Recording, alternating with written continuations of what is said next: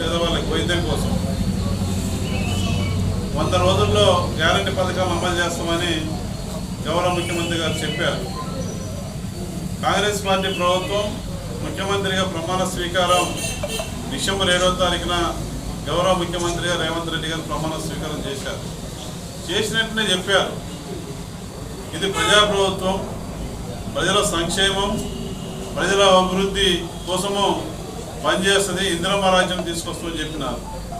ఇందిరమ్మ రాజ్యంలో అన్ని వర్గాల ప్రజలకు అన్ని రకాల సమస్యలు పరిష్కారం చేసి అన్ని వర్గాల ప్రజలందరూ కూడా సంతోషంగా సంక్షేమ అభివృద్ధి కార్యక్రమాలు చేపట్టి అట్టడుగులో ఉన్న ప్రజలకు అందించే లక్ష్యమే ఇందిరమ్మ రాజ్యం యొక్క లక్ష్యం, ప్రజాప్రభుత్వం యొక్క లక్ష్యం అని చెప్పేసి ముఖ్యమంత్రి గారు చెప్పారు.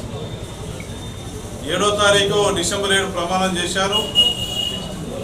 జనవరి 7, ఫిబ్రవరి 7, ఇవాళ ఫిబ్రవరి 4వ తారీఖున ఉన్నాం. ఇంకా 2 నెలలు కూడా సరిగా పూర్తి కాల.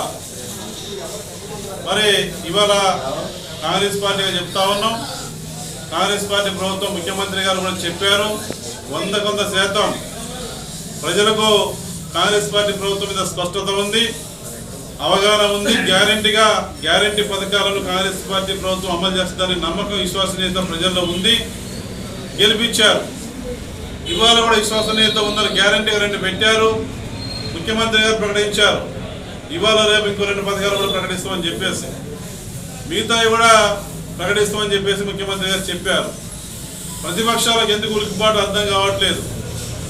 మరి నిన్న ఒక మాజీ మంత్రి గారు నిన్న ఈరోజు పెనుపాక నియోజకవర్గ పర్యటనకు వచ్చినప్పుడు మరి బాగా అనుభవం ఉన్నటువంటి నాయకులు వారు, బీఆర్ఎస్ మాజీ మంత్రి గారు, మరి అప్పుడే 2 నెలలు కూడా నిండా పూర్తి కాలేదు. ఈ ప్రభుత్వం వచ్చి 10 సంవత్సరాల అధికారంలో ఉన్నారు. మరి 2 నెలలు కూడా పూర్తి కానటువంటి కాంగ్రెస్ పార్టీ ప్రభుత్వం పైన మరి ఏదో జరిగిపోతా ఉంది, అమలు చేయట్లేదు, ఏదేదో మాట్లాడుతూ ఉన్నారు. అది ఆక్రోశంతో, అధికారం పోయిందనే బాధతో బీఆర్ఎస్ పార్టీ నాయకులు చేస్తున్నటువంటి ఆరోపణలు, ఆ ఆరోపణలో ఏ విధమైన పస లేదు. ఆరోపణలు చేయాలి కాబట్టి చేస్తూ ఉన్నారు. ఏముంటుందండి, ప్రజలకు తెలియదా? 10 సంవత్సరాలు అధికారంలో ఉన్నారు బీఆర్ఎస్ పెద్దలు, వారికి తెలియదా? ఏమి చేయట్లేదు, హామీలు ఇచ్చారు, ఎప్పుడు ఏదో అయిపోయినట్టుగా, ఏదో జరిగిపోతున్నట్టుగా. ప్రభుత్వం ఇవాళ రాష్ట్ర ముఖ్యమంత్రిగా రేవంత్ రెడ్డి గారు వచ్చినారు. అడ్మినిస్ట్రేషన్ మీద ఒక పట్టు రావాలి, ఆ పథకాల మీద ఒక అవగాహన రావాలి, అన్ని శాఖల యొక్క సమీక్షలు చేస్తూ ఉన్నారు. రాష్ట్ర ప్రభుత్వం పరిస్థితి ఎలా ఉంది, ఆర్థిక పరిస్థితి. అసెంబ్లీలో శ్వేతపత్రం ప్రవేశపెడితే 7 లక్షల కోట్ల రూపాయలకు పైగా అప్పులు చేసి వెళ్ళిపోయినారు గత ప్రభుత్వం పాలకులు.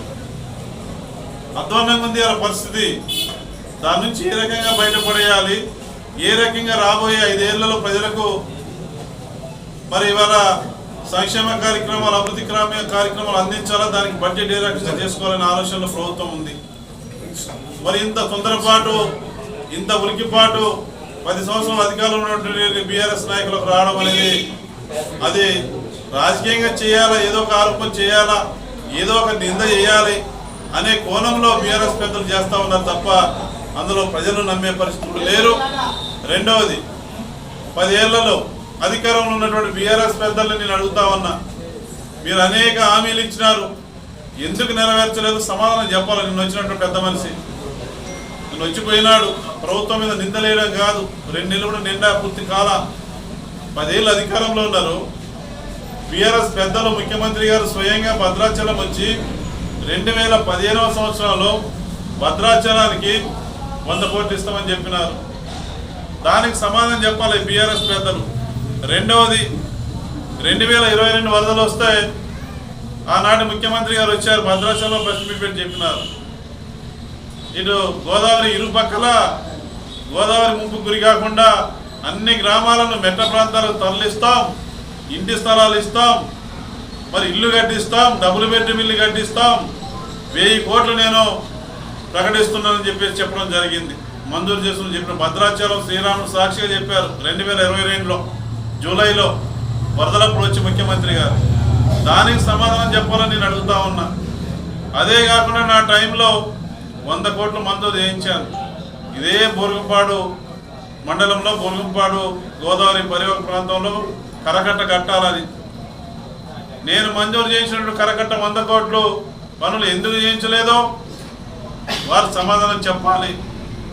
మరి డబుల్ బెడ్రూమ్లు అందరికి ఇస్తామన్నారు, ఎందుకు ఇవ్వలేదో సమాధానం చెప్పాలా. అదే కాకుండా నిరుద్యోగ భృతి ఇస్తామన్నారు ఉద్యోగం లేనటువంటి యువతకు. మరి నిరుద్యోగ భృతి ఎంతమందికి ఇచ్చారో సమాధానం చెప్పాలి. ప్రతి దళిత కుటుంబానికి 3 ఎకరాల భూమి అన్నారు, ప్రతి గిరిజన కుటుంబానికి 3 ఎకరాల భూమి అన్నారు, అందరికీ పొడి భూములకు పట్టాలు ఇస్తామన్నారు. వీరికి సమాధానం చెప్పాలని నేను అడుగుతా ఉన్నా మీ ద్వారా బీఆర్ఎస్ పెద్దల్ని. ఇవేమి చేయకుండా 10 ఏళ్లలో అధికారం ఇస్తే 7 లక్షల కోట్లకు పైగా అప్పు చేసి అవినీతిమయం చేసి కాళేశ్వరానికి 1,00,000